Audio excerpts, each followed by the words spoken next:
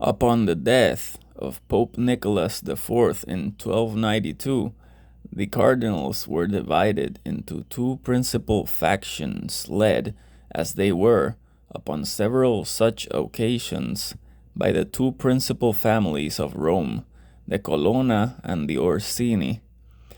Neither could achieve the election, so they did what the cardinals have often done. They selected an old man with not much time to live and with no allegiance to either side. In this case, they chose Pietro Morrone, a peasant priest who had never occupied high office in the church hierarchy. His followers, called Celestines, led an austere existence of fasting and self-flagellation. They were not permitted to laugh, because although scriptures said that Jesus wept, nowhere did they say that Jesus laughed.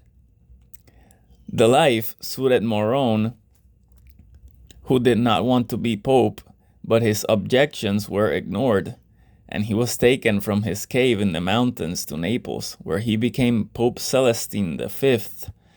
Charles II, the French king of Naples and son of Charles of Anjou, easily dominated the new pope, who was already experiencing the difficulties of senility.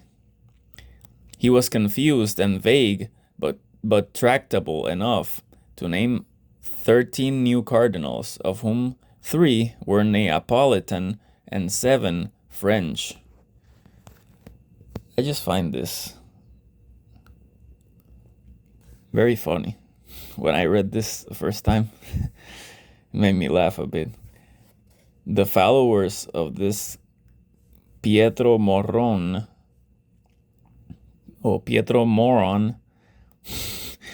were called the Celestines, and they basically hid themselves. They self-flagellated, which means they hid themselves with something, fasted, and they were not allowed to laugh, because even though the scriptures say that Jesus wept or cried, nowhere did they say that Jesus laughed. That is so ridiculous.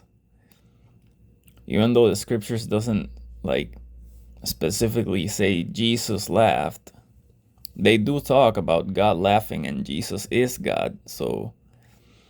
And God does have a sense of humor, and Jesus showed it plenty of times in the New Testament.